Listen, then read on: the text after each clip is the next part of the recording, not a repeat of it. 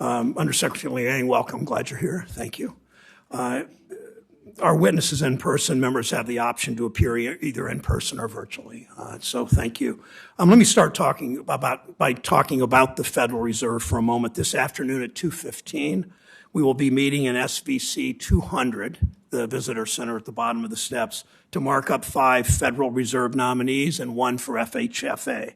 We need a full Federal Reserve Board of Governors to bring down prices and put workers first. It'll be the first time in a decade we've seen a full complement of governors once we confirm in committee and on the floor these 5 nominees. Ranking Member Toomey and I agreed on the dates 3 weeks ago. We agreed on the dates for the hearing and markup. Americans are depending on us to get these people on the job as soon as possible. If my colleagues are as concerned about inflation as they claim to be in this committee and beyond, they will not slow down this process, which will hurt workers, their families, and our recovery. If you watched the Super Bowl on Sunday, you saw ad after ad for a product that most Americans have heard of, but almost nobody knows what it really is. Even many of the people who've bought it often don't really understand it. Big crypto companies are looking to make big profits, are desperate to reach as many Americans as they can. They brought in celebrities and gimmicks to make crypto sound exciting and daring and profitable. But the ads left a few things out. They didn't mention the fraud, the scams, and the outright theft. The ads didn't point out that you can lose big in crypto's huge price swings. They didn't tell you about the high fees pocketed by the crypto companies. They sure didn't explain that crypto markets lack basic investor protections and oversight. Just a few weeks ago, hackers stole $300 million of people's investments from a crypto platform. The fact that these companies felt the need to advertise at all is a bit of a giveaway about one of their major claims. If this were actually meant to be used as a currency, why would you need to buy ads? I don't think I've ever seen in 40 years of Super Bowl watching the Federal Reserve buy a multi-million-dollar commercial for US dollars. That's because crypto isn't money. It's designed for speculation. Watching those ads reminded a lot of us of some asset bubbles we've seen before. 2000 Super Bowl featured 21 ads from 14 different .com startups. The internet may have been the next frontier, but these companies surely weren't. Many of them were defunct within a year or two. Only 4 from those 14 are still around. We're here today because, once again, real people's real money is at risk. We need to look beyond the unproven promises, protect Americans and our entire financial system. In a hearing last July, this committee examined the risk of cryptocurrencies to our economy. In December, we looked closely at the mechanics behind stablecoins and stablecoin companies. Today, we're joined by Treasury Undersecretary Liang to look at the risks stablecoins pose and how regulators in Congress can protect consumers. Last fall, the Treasury Department led a team of our financial regulators to conduct a report on stablecoins. This report makes it clear that without regulation, stablecoins can endanger our economy, our payment system, our hard-earned money. And while stablecoins suggest they're like money, good luck trying to use one at the store. Their main purpose today is to make it easier to trade, to speculate, and in some cases, unfortunately especially, even hide assets in crypto and digital markets. In just a few years, stablecoins have mushroomed into a $175 billion with a B, dollar market. They're asking us to believe that what they build is as good as real money and that it works the way these startups say it does.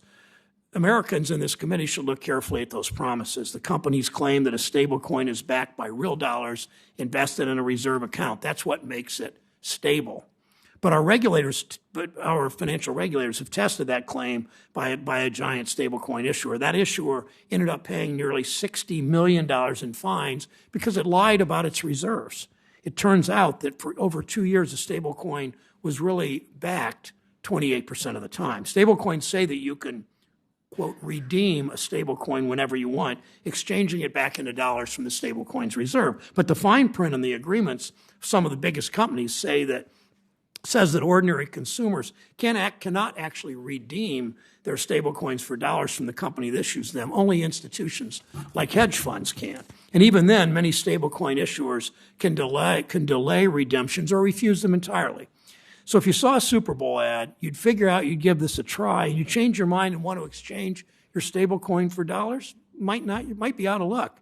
The website could be down, your money could be trapped. Stablecoin issuers also promise their product will serve people who have been left behind in the financial system. They're interested in helping the unbanked. They always start with that.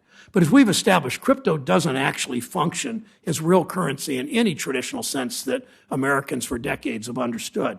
Allowing more people to trap their money in risky, speculative investments isn't the kind of financial inclusion that people seek. It's not going to do anything to help Americans working hourly jobs who don't put their paychecks in the banks because of abusive fees. Finally, stablecoins companies say that if you hand them your money will be safe. They tell us that they structure their reserves so that people's money is protected, that their businesses will weather any kind of crisis. Now, maybe the stablecoin coins are right, companies are right. Maybe we should just close our eyes and trust that a product called Magic Internet Money, run by an outfit called Abracadabra, that's a safe place for your money. I'm not sure working Americans want to take that risk.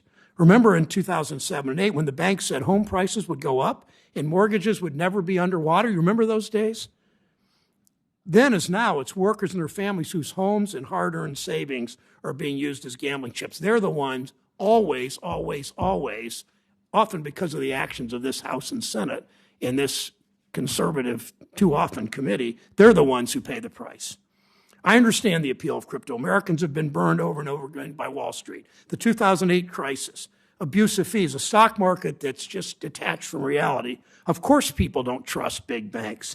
They figure, how could putting my money in one of these new products be any worse than the scams I've seen in the banking system? Maybe they're thinking I'll finally get in on the kinds of deals that have been making investment bankers wealthy for a generation. Some of those Super Bowl ads are pretty compelling television. They make vague allusions to innovation in the future, and who could be against innovation? But we've ignored warnings like the report we're talking about too many times before. Before the crisis, Congress and regulators ignored warnings about the risky bets and the increasing leverage and over-the-counter derivatives on Wall Street. Then the banks got a bailout. Again, working people paid the price. That's why I want Congress and regulators to work together to tackle these issues now before it's too late. I urge my colleagues to listen carefully to Undersecretary Liang's testimony and to the warnings in the PWG, the President's Working Group report. We need a strong, proactive approach from regulators in Congress to limit stablecoin risk for working Americans. As our economy continues to recover from COVID-19, as workers finally are starting to see higher wages and more bargaining power in the workplace, the last thing we need is for a risky new financial product to cause disaster. This isn't the first hearing that the Banking, Housing, Urban Affairs Committee has had on stablecoins. It won't be the last.